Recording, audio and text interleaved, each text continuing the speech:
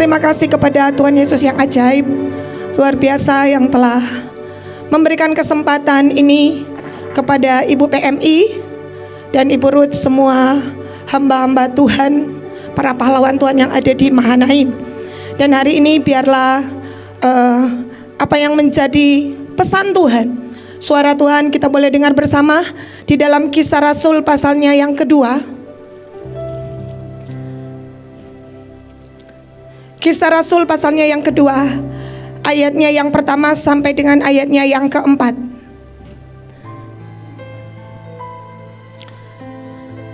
Kemudian kita baca lagi Kisah 1 ayat 17 sampai 20. Mari kita baca sama-sama Kisah Rasul pasal 2 ayat 1 sampai 4. Ketika tiba hari Pentakosta, semua orang percaya berkumpul di satu tempat.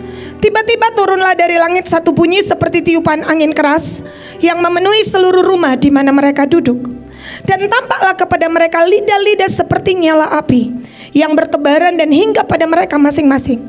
Maka penuhlah mereka dengan Roh Kudus. Lalu mereka mulai berkata-kata dalam bahasa-bahasa lain seperti yang diberikan oleh Roh itu kepada mereka untuk mengatakannya. Kisah Para Rasul 1 ayat 17 sampai 20. Dahulu ia termasuk bilangan kami dan mengambil bagian dalam pelayanan ini. Yudas ini telah membeli sebidang tanah dengan upah kejahatannya.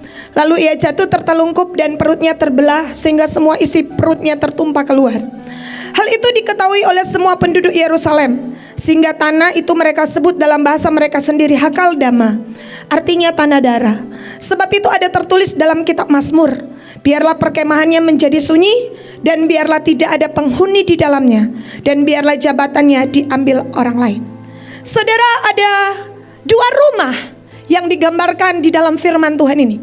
Yang pertama dikatakan, biarlah perkemahannya menjadi sunyi dan tidak ada penghuni di dalamnya, kosong. Tetapi di dalam Kisah 2 ada rumah yang dipenuhi.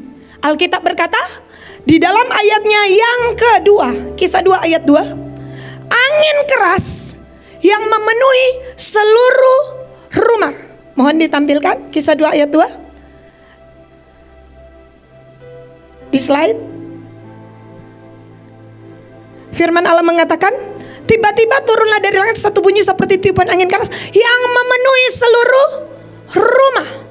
Dan dikatakan di dalam ayat 4, maka penuhlah mereka dengan Roh Kudus.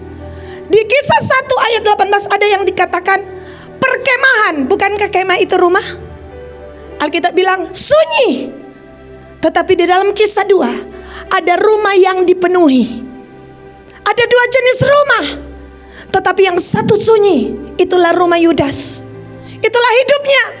Tetapi yang satu penuh dengan Roh Kudus. Saya berdoa kita adalah di golongan di mana Kisah 2 ayat 2 berkata, maka Roh Kudus memenuhi rumah itu. Bukankah tubuhmu adalah bait Allah dan Roh Allah tinggal di dalam kamu? Amin. Saya percaya bahwa pujian yang dinaikkan oleh para tim praise and worship tidak kebetulan, bahwa Holy Spirit rain down, mengalirlah Roh Kudus. Kenapa saudara? Impact daripada rumah yang sunyi ini membuat Yudas kandas, jabatannya diambil orang lain. Tetapi Alkitab mengatakan ada rumah rohani yang dipenuhi oleh Roh Kudus. Berapa banyak pagi ini yang rindu semakin penuh oleh Rohnya? Angkat tangan saudara. Amin. Saudara, apa kuncinya? Mari kita lihat di dalam ayatnya yang pertama. Ketika tiba hari Pentakosta, semua orang percaya berkumpul di satu tempat. Tiba-tiba turunlah dari langit satu bunyi seperti tiupan angin keras yang memenuhi seluruh rumah itu di mana mereka duduk. King James mengatakan, versi King James Kisah 2 ayat 2, di sana dikatakan, and suddenly there came a sound from heaven. Ada suara gelombang suara dari surga. ada gelombang suara dari surga yang mau memeluk bumi, yang mau memeluk saya dan saudara. Tetapi dibutuhkan, Alkitab berkata ayat 1, ketika tiba hari Pentakosta, semua orang percaya. Dibutuhkan gelombang percaya, dibutuhkan gelombang iman. Amin. Saudara, kita datang di tempat ini, saya berharap saya dan saudara tidak datang dengan gelombang tidak percaya, gelombang kekhawatiran. Tetapi hari itu ada 120 orang percaya berkumpul di satu tempat. Dan tiba-tiba, saudara, Alkitab berkata sound from heaven. Bukankah suara itu adalah gelombang? Gelombang elektromagnetik from heaven. Suara dari sorga berjumpa dengan gelombang iman yang saya dan saudara punya. Hari ini Tuhan sedang melepaskan gelombang suara Tuhan, gelombang firman Tuhan yang dikatakan dapat menciptakan apa yang tidak ada menjadi ada, apa yang menjadi kekuatan. Pohon aras di Libanon pun bisa patah, semua kekerasan hati bisa runtuh ketika suara Tuhan datang. Tapi dibutuhkan gelombang iman. Ada 500 orang, tetapi hanya 120 orang yang menanti-nantikan janji Tuhan. Kenapa mereka menanti janji Tuhan? Karena mereka percaya. Saya berharap hari ini, andaikan saudara masuk, anggaplah kita berada di upper room, di loteng atas Yerusalem, karena memang kita berada di loteng atas Mahanaim. Dan saudara didapati, saya percaya, engkau percaya, kamu percaya, mereka percaya. Dan tiba-tiba kepercayaan kita menjadi satu gelombang iman yang besar, sehingga kita bisa menangkap apa yang dari Tuhan. Hari ini saudara, kenapa?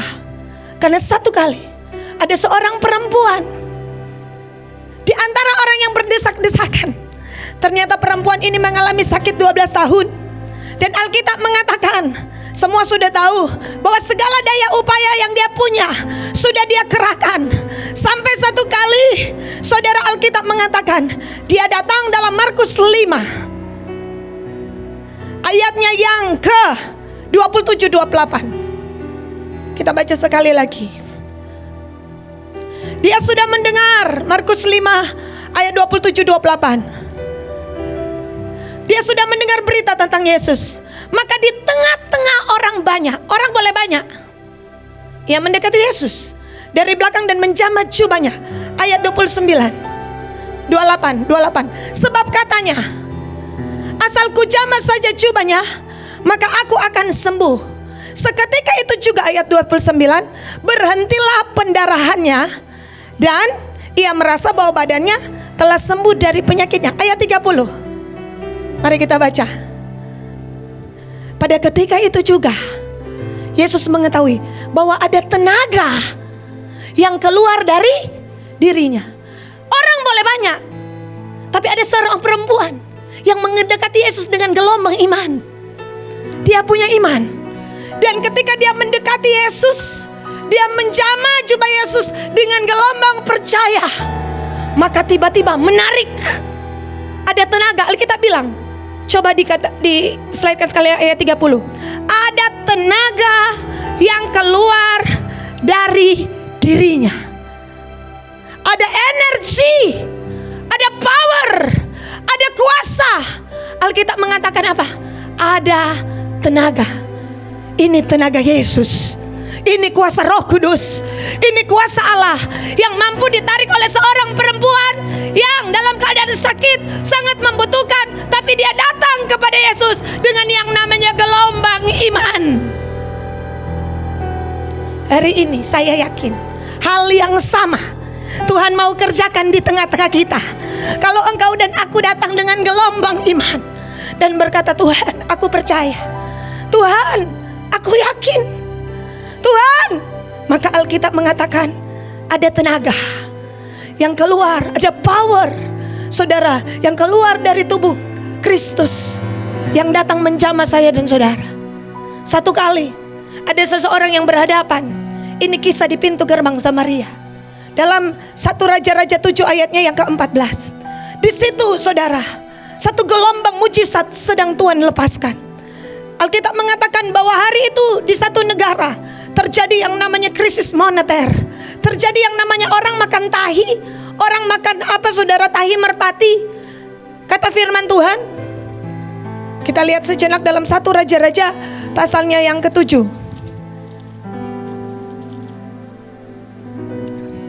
Ayat pertama. Di tengah keadaan yang sangat sukar, bayangkan orang makan tahi merpati. Bayangkan terjadi saudara sebuah kolaps dalam ekonomi. Bahkan orang makan orang ayat sebelumnya. Tapi hari itu dalam 2 Raja-Raja 7 ayat 1. 2 Raja-Raja 7 ayat 1. Lalu 2 Raja-Raja 7 ayat 1. Berkatalah Elisa, dengarlah firman Tuhan. Beginilah firman Tuhan. Besok kira-kira waktu ini sesukat tepung yang terbaik akan berharga sesikal, dan 2 sukat jelai akan berharga sesikal di pintu gerbang Samaria. Besok Tuhan akan membalikan keadaan. Besok akan terjadi lawatan Tuhan. Dan Alkitab mengatakan ayat 2. Tetapi perwira yang menjadi ajudan raja menjawab abdi Allah, katanya, sekalipun Tuhan membuat tingkap-tingkap di langit, masakan hal itu mungkin terjadi? Apa yang dia punya? Tidak percaya. Dia bilang apa? Sekalipun ada tingkap-tingkap langit, dia tidak percaya akan open heaven. Tapi saya dan saudara adalah orang yang percaya bahwa Tuhan bisa membalikkan keadaan seseorang. Tuhan bisa menjamah hidup seseorang. Dan Alkitab berkata, jawab abdi Allah itu, sesungguhnya engkau akan melihatnya dengan matamu sendiri, tapi tidak akan makan apa-apa daripadanya. Engkau hanya melihat, tapi engkau tidak bisa menikmatinya. Kenapa? Karena dia bilang apa? Sekalipun Tuhan membuat tingkap-tingkap di langit, masakan hal itu mungkin terjadi? Kadangkala keadaan, kenapa dia perwira raja, dia seorang perwira, dia seorang tentara, dia tahu keadaan waktu itu. Tidak mungkin, tidak bisa rakyat dalam keadaan yang krisis. Tapi saudara tahu, ketika gelombang suara Tuhan datang, inilah yang saya percaya pasti terjadi atas Indonesia. Dibutuhkan orang-orang yang percaya, dibutuhkan orang-orang yang bisa menangkap suara Tuhan, dibutuhkan orang-orang yang yakin. Kita hidup bukan karena melihat, tapi kita hidup karena percaya. Percaya akan apa yang suara Tuhan lepaskan, itulah yang akan kita nikmati. Itulah yang akan Tuhan sediakan. Karena suara Tuhan itu adalah firman Tuhan sendiri. Alkitab berkata, adapun rohku, yaitu suaraku, tidak akan pernah meninggalkan engkau, dan tidak akan pernah meninggalkan anak cucumu. Sekalipun minuman makananmu serba sedikit, tetapi pengajarmu tidak akan meninggalkan engkau. Sekalipun hari ini mungkin engkau pas-pasan secara ekonomi, tetapi ada suara Tuhan yang datang menuntun, mengarahkan, membimbing. Saudara, menggait hidup saya dan saudara hari-hari ini. Saudara, minta firman-Nya. Kemarin Pak Luki membagikan, saya menangkap dengan ajaib. Air mata saya mengalir. Karena firman itu berkata, makanan yang terbaik adalah firman Tuhan. Dari semua makanan mungkin yang saya dan saudara nikmati, yang mungkin ada di belahan dunia ini, tapi makanan yang terbaik adalah suara Tuhan. Saudara, hari-hari ini mari tangkap dengan iman, tangkap dengan percaya.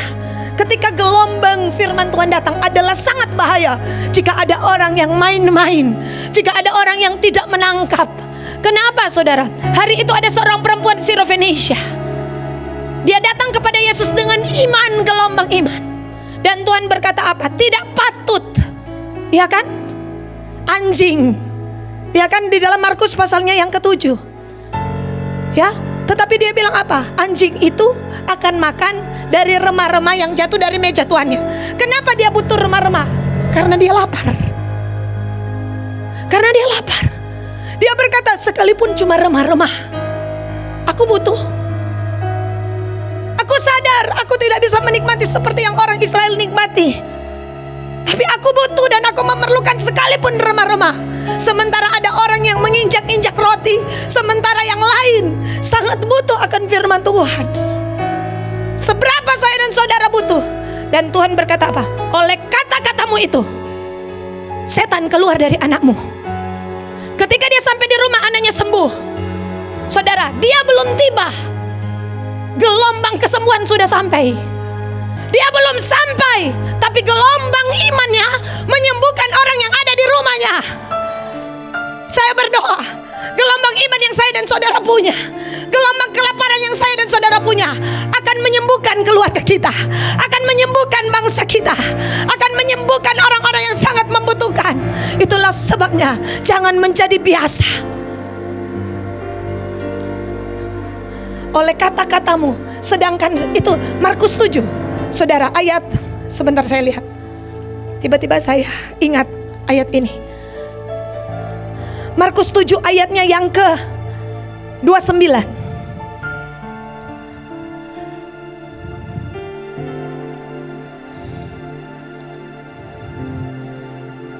Maka kata Yesus kepada perempuan itu, karena kata-katamu itu, pergilah sekarang, sebab setan itu sudah keluar dari anakmu. Setan takut akan kata-kata yang penuh iman. Setan takut akan orang yang lapar akan firman. Setan takut adalah orang-orang yang tidak menjadi biasa. Dia bilang apa? Ayat 27. Kata Yesus berkata kepadanya, lalu Yesus berkata kepadanya, biarlah anak-anak kenyang dahulu, sebab tidak patut mengambil roti yang disediakan bagi anak-anak dan melemparkannya kepada anjing. Roti Tuhan sediakan bagi kita, yaitu firman-Nya. Tapi ada banyak anak-anak tidak menghargai roti itu. Kalau kita tidak menghargai, ada anjing yang akan menangkapnya. Dan Alkitab berkata anjing itu adalah perempuan Sirofenisia, karena dia bukan orang Israel. Dia hanya seorang perempuan yang dia tahu dia datang dengan iman. Alkitab bilang apa?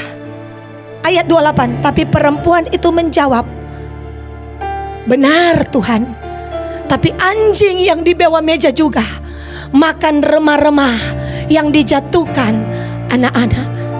Sekalipun remah-remah sisa, betul ya? Tapi anjing ini, aku siap makan firman-Mu Tuhan, siap makan. Dan setan pun ketakutan ketika ada orang yang punya iman. Itulah sebabnya, apapun kondisi kita, jangan pernah kita kehilangan kepercayaan kita kepada Tuhan. Tanpa iman, tidak mungkin orang berkenan kepada Allah. Tapi dengan iman, saudara, itu sangat menyenangkan hati Tuhan. Karena dengan iman kita akan melakukan perbuatan-perbuatan yang menurut manusia tidak mungkin, tetapi menurut Tuhan itu mungkin. Karena iman taat membangun bahtera di atas gunung, bukan di pinggir pantai. Karena iman Abraham berjalan sekalipun dia belum tahu tempat yang mana yang akan dituju. Hari-hari ini kita tidak akan kebingungan, karena roh Tuhan akan menuntun perjalanan rohani kita. Roh Tuhan akan menuntun perjalanan jasmani kita. Jangan pernah takut akan masa depan. Sekalipun iblis mereka-reka yang jahat, Tuhan bisa putar itu mendatangkan kebaikan kepada orang yang sungguh-sungguh berharap kepada Tuhan. Apakah ini dalam keadaan kondisi yang sukar? Jangan takut. Allah kita, Allah yang mengubah bukan hanya air menjadi anggur, tetapi kutuk menjadi berkat, menjadi kutuk menjadi berkat. Amin. Allah kita, Allah yang terlalu sanggup. Yusuf punya iman sedemikian, makanya Yusuf tidak pernah kecewa dengan manusia. Yusuf tidak pernah kecewa dengan kakak-kakaknya. Dia berkata tidak usah ingat-ingat, karena manusia boleh mereka-reka, tetapi Tuhan telah putar itu untuk mendatangkan kebaikan. Saya yakin Paulus mengatakan yang sama dalam Roma 8 ayat 28. Kita tahu sekarang bahwa Allah turut bekerja, amin, untuk mendatangkan kebaikan bagi orang yang mengasihi Dia, yaitu bagi mereka, bagi saya, bagi saudara yang terpanggil menurut rencananya. Bilang kiri kanan saudara, berjalan dalam iman. Haleluya, amin. Berjalan dengan percaya. Saudara yang diberkati oleh Tuhan, hari ini saya yakin ketika kita mulai melepaskan firman iman. Saya terima kasih banyak. Sekali lagi tadi pujian penyembahan membuat Tuhan bicara banyak. Saudara ya, tadi saya mendapatkan firman ini dengan begitu kuat ketika saya ada di sana. Saya duduk di situ dan Tuhan mengatakan, jalan dengan iman, percaya. Seperti 120 orang yang percaya. Percayalah, percayalah. Ini perkataan yang dikeluarkan oleh Yesus sendiri. Tetapi kamu akan menerima kuasa kalau Roh Kudus turun ke atas kamu. Jangan dulu pulang, tunggu di Yerusalem. Tapi toh ada 380 orang yang pulang. Sekalipun itu suara Tuhan, masih ada juga yang tidak dengar-dengaran. Masih ada juga yang mengeraskan hati. Saya berdoa, saya dan saudara adalah orang-orang seperti seorang perwira. Kenapa dia datang kepada Yesus? Dia berkata, Tuhan, engkau tidak perlu datang ke rumahku. Katakan sepatah kata saja, maka aku akan sembuh. Hambaku akan sembuh. Tuhan kaget, Tuhan bilang, iman sebesar ini tidak kujumpai di antara orang Israel. Saudara, Tuhan kaget dengan iman sebesar ini. Karena apa? Sepatah kata saja suara Tuhan datang dalam hidup kita, maka semua bisa berubah. Oleh sebab itu, minta Tuhan berbicara, minta Tuhan menuntun. Bagaimana caranya? Minta seperti kemarin. Saudara ya, kita apa saudara? Masih ingat firman kemarin? I am hungry, not angry. Jangan marah dengan keadaan, jangan marah dengan situasi, jangan marah dengan orang-orang. Karena semua itu mungkin cara Tuhan untuk menguji seberapa besar saya dan saudara percaya kepada Tuhan. Saudara yang dikasih dalam Tuhan, satu kali kami diminta untuk berdoa bagi teman punya teman di rumah sakit. Ketika sampai di sana ternyata dia seorang guru. Dan kemudian dia dalam perjalanan dari puncak dan dia kecelakaan. Kepalanya itu mengalami gangguan. Dan ketika kami sampai di sana, dia cuma tergantung pada alat. Dan kemudian saya berkata seperti ini, Ibu Lili, di telinganya, Ibu Lili, kalau Ibu mendengar saya, gerakkan jari Ibu. Jadi dia menggerakkan jarinya, berarti dia mendengar, tapi tidak bisa merespon. Ini lehernya dipakai itu alat bantu kalau apa itu kecelakaan. Dan kami berdoa, kami pulang. Sampai di gereja, saya berkata kepada teman-teman, mari kita mendoakan ibu. Itu hari Kamis, saya ingat. Kita mendoakan, dia adalah seorang guru Kristen di tempat yang bukan Kristen. Kita berdoa, anaknya waktu itu masih SD, SMP. Dan kemudian dia guru SD. Dan ketika apa yang terjadi, hari Kamis itu kami melepaskan dari tempat kami, jarak tempat kami dan rumah sakit itu kira-kira 50 kilo. Karena kami berada di Bitung, beliau berada di rumah sakit pusat di Manado. Dan kami mulai berdoa, kami lepaskan gelombang iman, kami lepaskan gelombang suara Tuhan.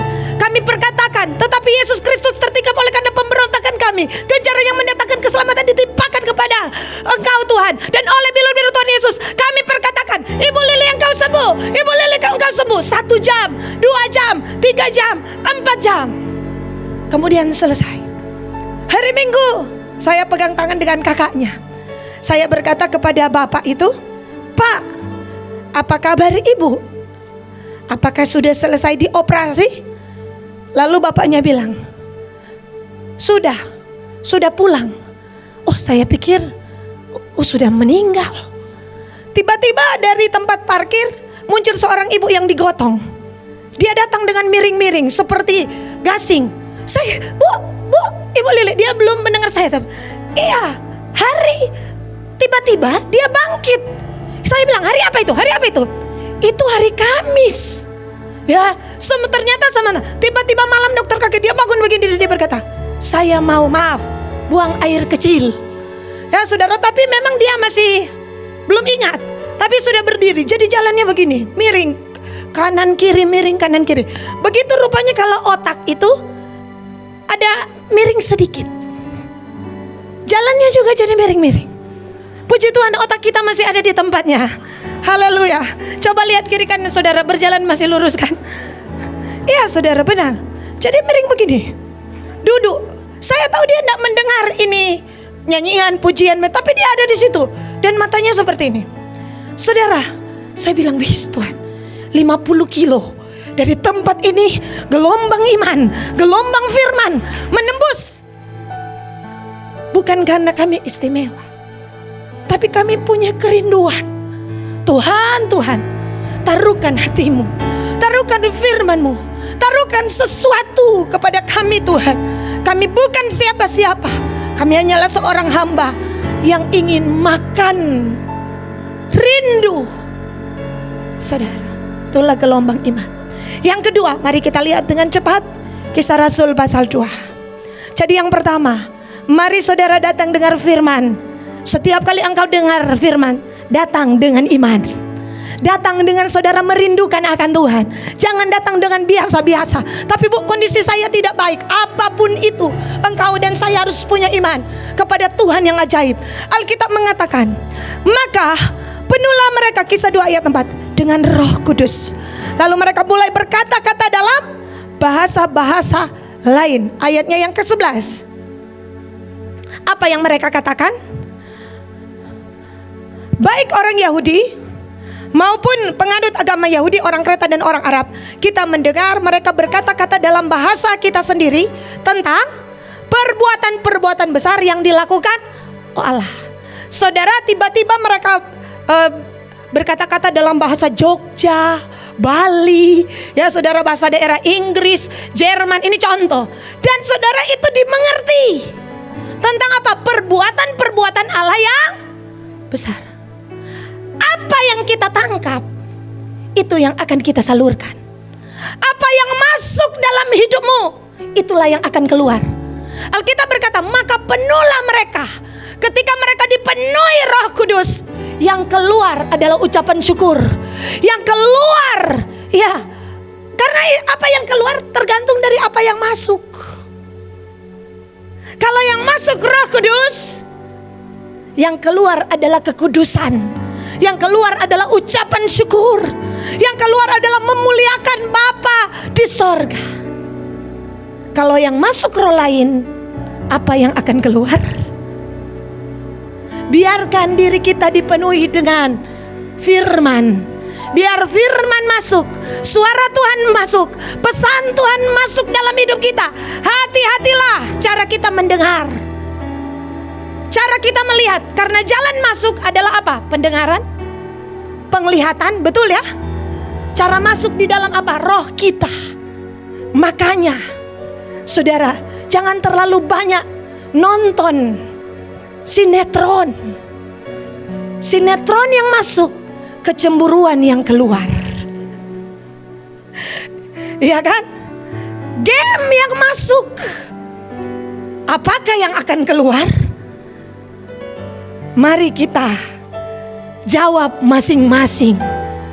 Ya, kalau firman yang masuk akan keluar kata-kata iman.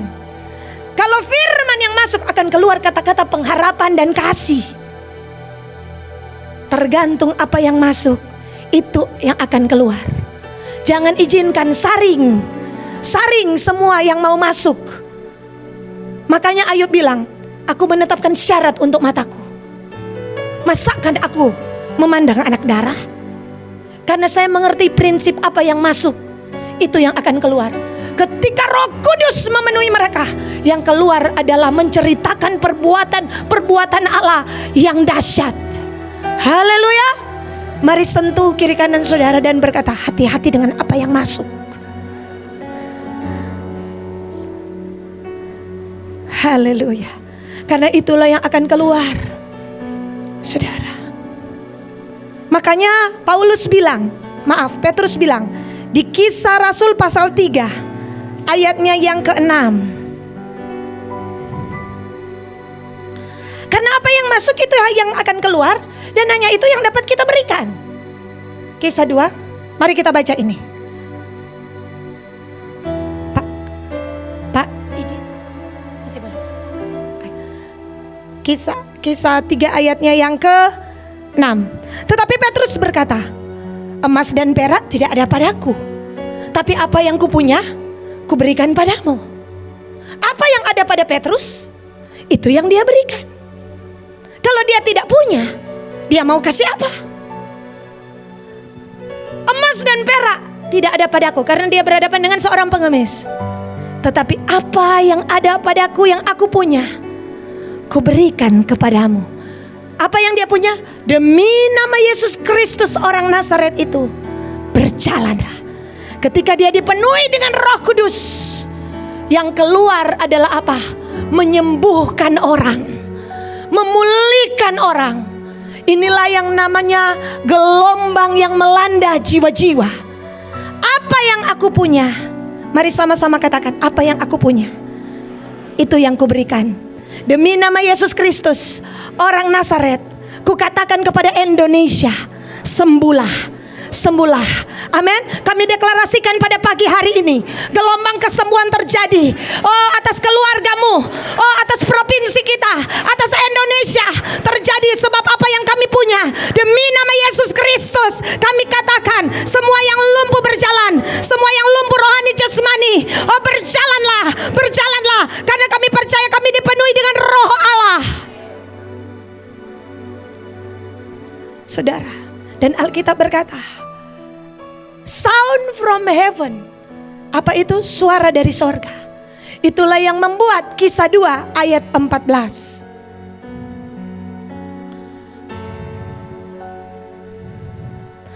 Maka bangkitlah Petrus berdiri dengan ke-11 ratu, dan dengan suara nyaring ia berkata kepada mereka. Yang dia terima suara Tuhan, yang dia keluarkan juga suara Tuhan. Yang dia terima, ya kan, dia penuh dengan sound from heaven, suara dari surga, lidah-lidah nyala api, tiba-tiba turunlah seperti bunyi tiupan angin keras. Dan hari itu suara yang datang itulah membuat Petrus khotbah. Dia berkata apa? Dia khotbah berkata, orang-orang Israel, ya, yang kami katakan bukan tentang kami, tetapi yang kami maksudkan adalah tentang Yesus Kristus orang Nazaret yang telah ditentukan Allah. Kata firman Tuhan dalam ayat 22, untuk apa saudara? Untuk menyatakan tanda-tanda mujizat-mujizat yang apa? Akan Tuhan lakukan di tengah-tengah kamu. Dia dengar dari mana itu? Dia dengar dari tadi, suara dari sorga. Jadi apa yang akan kita sampaikan harus kita terima dulu dari Tuhan. Dan Alkitab mengatakan akibat suara Tuhan ini, Kisah 2 ayat 40. Dan dengan banyak, Kisah 2 ayat 40, dengan banyak perkataan lain lagi, ia memberi satu kesaksian yang sungguh-sungguh. Ia mengecam dan menasihati mereka, katanya, berilah dirimu diselamatkan dari angkatan yang jahat ini. 41. Orang-orang yang menerima perkataannya itu memberi diri dibaptis, dan pada hari itu jumlah mereka bertambah kira-kira 3.000 jiwa. Saudara, suara Tuhan itu ketika disampaikan akan menjamah setiap jiwa-jiwa, mengakibatkan 3.000 jiwa diselamatkan. Kenapa saudara? Apa yang kita tangkap sekali lagi itu yang akan keluar. Dengarlah suara Tuhan, hati-hati cara kita mendengar. Dan Alkitab berkata, perhatikanlah, dengarkanlah ketika Roh berbicara, itu dalam kitab Wahyu. Ketika Roh menyampaikan sesuatu, saya dan saudara harus mendengar, menaruh perhatian, fokus dengan sungguh-sungguh kepada apa? Suara Tuhan itu. Karena saudara tahu, ketika suara Tuhan datang dan muncul di mulut kita, bukankah hari-hari ini Tuhan menjamah mulut Yeremia? Aku menaruh perkataan-perkataanku di dalam mulutmu. Bukankah ketika Tuhan menyentuhkan saudara, ya, dalam kepada bibir daripada Yesaya, menjamah mulut Yesaya, dia berkata, ini aku, utuslah aku. Jadi semuanya datang daripada Tuhan. Itulah yang akan melepaskan bangsa ini. Itulah yang akan membuat orang bertobat ketika kita mendapatkan suara Tuhan. Saudara, kemudian yang ketiga, Alkitab bilang, Kisah Rasul pasal 2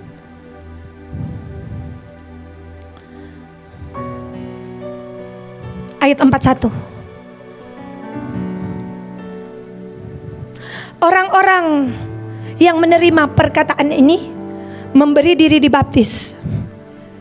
Jumlah mereka bertambah kira-kira 3.000 jiwa. Mereka adalah orang-orang yang menerima lawatan.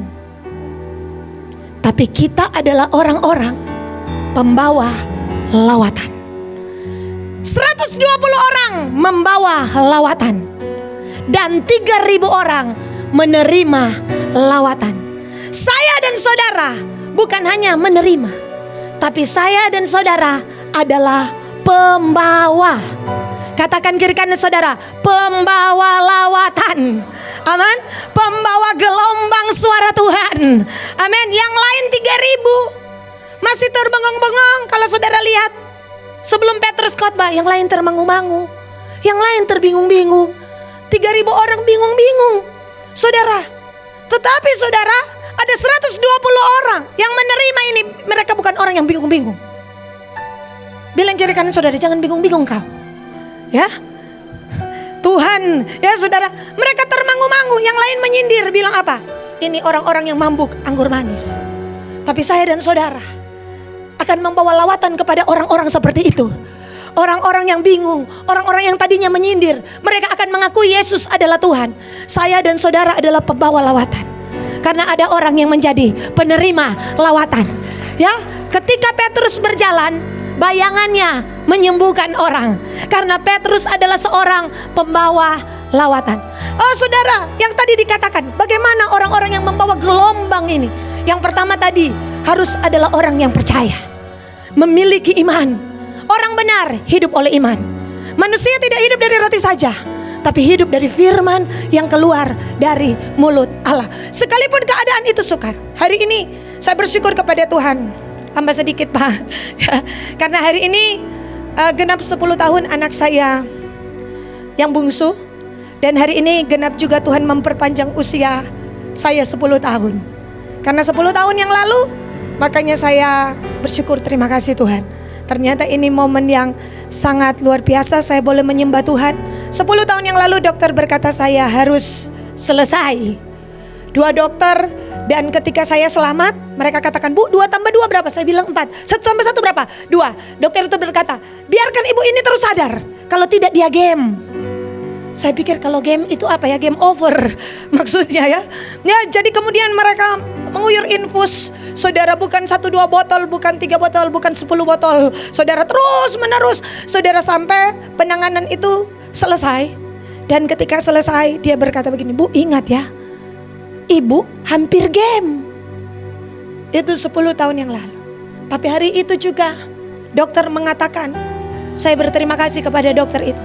Hari itu juga saya mendengar suara Tuhan. Lanjutkan. Masih di approval. Ya, saudara, perpanjangan visa. Saudara, perpanjangan. Hari itu saya bilang begini kepada Tuhan. Tuhan, saya ampuni dosa-dosa saya. Kalau Tuhan memanggil saya mau pulang. Tapi Tuhan berikan saya sedikit waktu. Saya akan menyampaikan firman-Mu. Ya di atas ya, tidak di atas tidak. Saya masih diberikan kesempatan itu 10 tahun yang lalu. Saudara, hari ini genap 10 tahun. Kalau Hizkia diperpanjang 15 tahun. Saya tidak tahu berapa tahun Tuhan perpanjang, tapi yang jelas hari ini saya mengucap syukur. 10 tahun kemudian saya masih, Tuhan izinkan untuk menyampaikan apa yang ada di hati Tuhan. Saudara, dan cuma modal apa? Percaya. Anak saya juga ketika selesai retreat kemarin di sini, Kif umur 10 tahun pulang, tiba-tiba masuk rumah sakit. Ini ada uncle dan auntie dan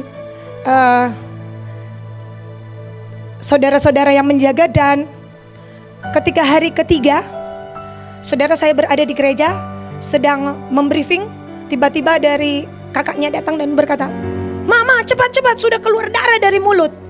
Saya pergi langsung ke rumah sakit, sudah keluar darah. Berusaha menembus, kuman berusaha menembus lambungnya. Dan keluar pendarahan, dia tidak sadar. Dan sempat sadar saudara, dia sempat sadar. Waktu itu jam tengah malam, begitu dia sadar begini dia bilang, Mami, itu bulan Februari beberapa bulan sebelum, setelah retreat itu. Dia ikut retreat, dia bilang, Mami, saya bilang, Kif, kamu sudah sadar? Mami, Kif ingat apa? Kif ingat gelandangan. Maksudnya, Mami kan ulang tahun beberapa hari lagi.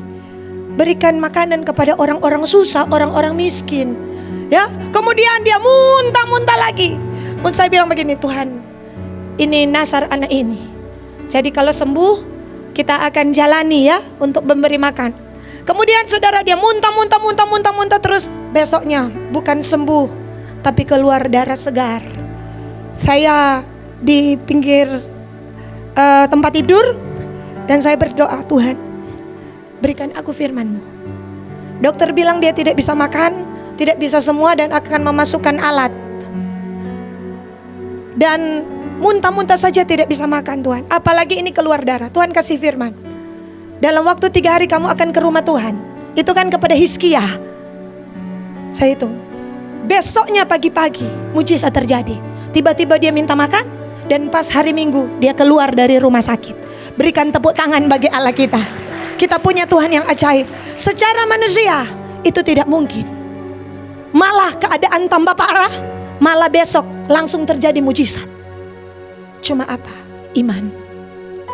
Saudara, mari kita punya iman. Iman timbul dari pendengaran. Pendengaran akan firman Tuhan. Iman bertumbuh dalam penganiayaan. Jadi kalau kita hari ini alami aniaya, percayalah, iman kita pasti akan tambah kuat. Iman kita pasti akan tambah teguh. Yang kedua tadi, perhatikan apa yang masuk dalam hidup kita, karena hanya itu yang akan keluar. Yang ketiga, kita adalah orang-orang yang membawa lawatan. Jika Kisah 1 ayat 14, mereka semua bertekun dengan sehati dalam doa bersama-sama, dengan beberapa perempuan serta Maria ibu Yesus, dan dengan saudara-saudara Yesus. Saudara, yang terakhir adalah doa.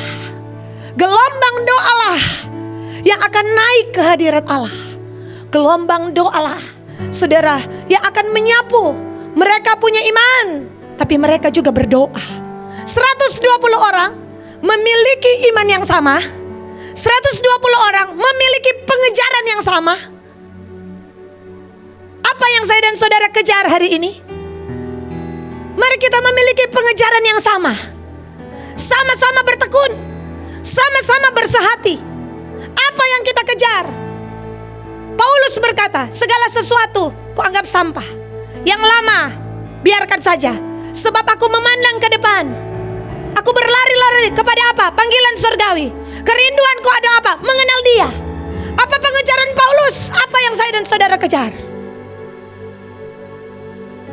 Jangan marah jika ada orang yang berbeda dengan kita, karena memang saya dan saudara memiliki pengejaran yang berbeda dengan dunia ini. Pengejaran kita apa? Saudara, kita satu perjalanan, memiliki pengejaran yang sama, yaitu Tuhan dan kebenarannya dan lawatannya. Bilang kiri kanan saudara, apa yang engkau kejar? Puji Tuhan berkata, kita berada di jalur yang sama. Kita mengejar. Amin. Mari kita bersama-sama.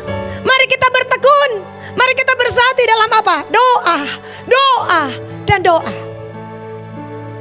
Dengan tidak ada maksud apa-apa, saya di gereja kami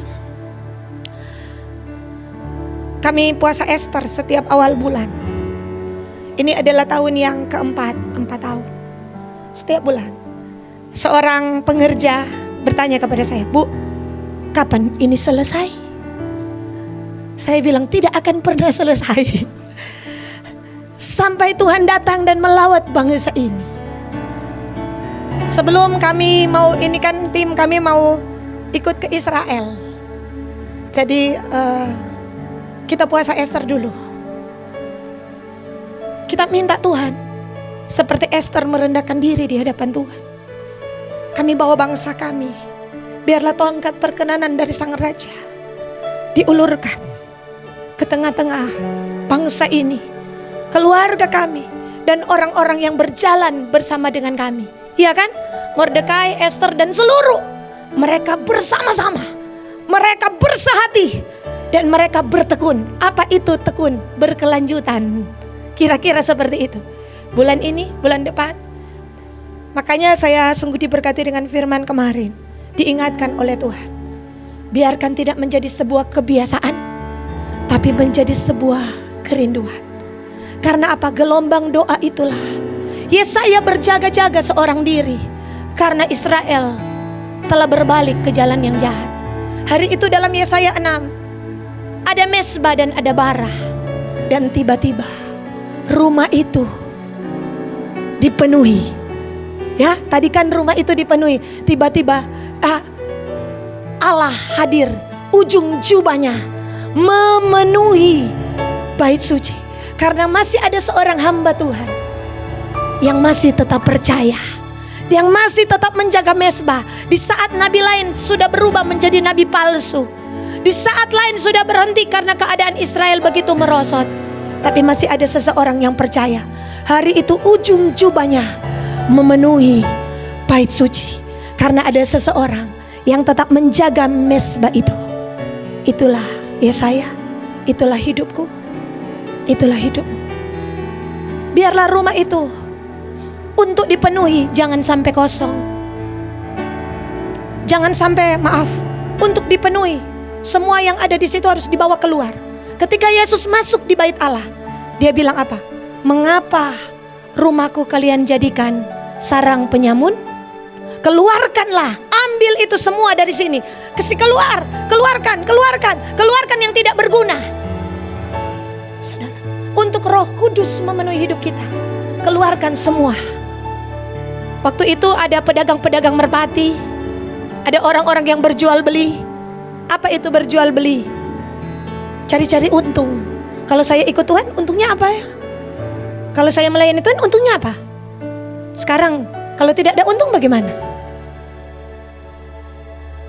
Sadrak, Mesak, Abednego berkata, kalau Tuhan yang kami sembah tidak menolong kami tidak akan pernah menyembah patung. Karena mereka tahu, apa untungnya? Terlalu banyak untung kita di dalam Tuhan. Kita diampuni, diangkat dari sampah.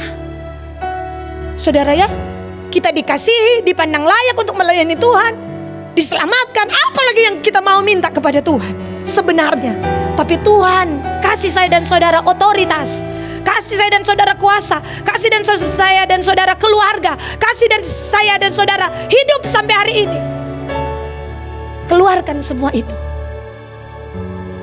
supaya kita dipenuhi dengan rohnya, dengan hatinya, dan dengan suaranya. Tuhan memberkati.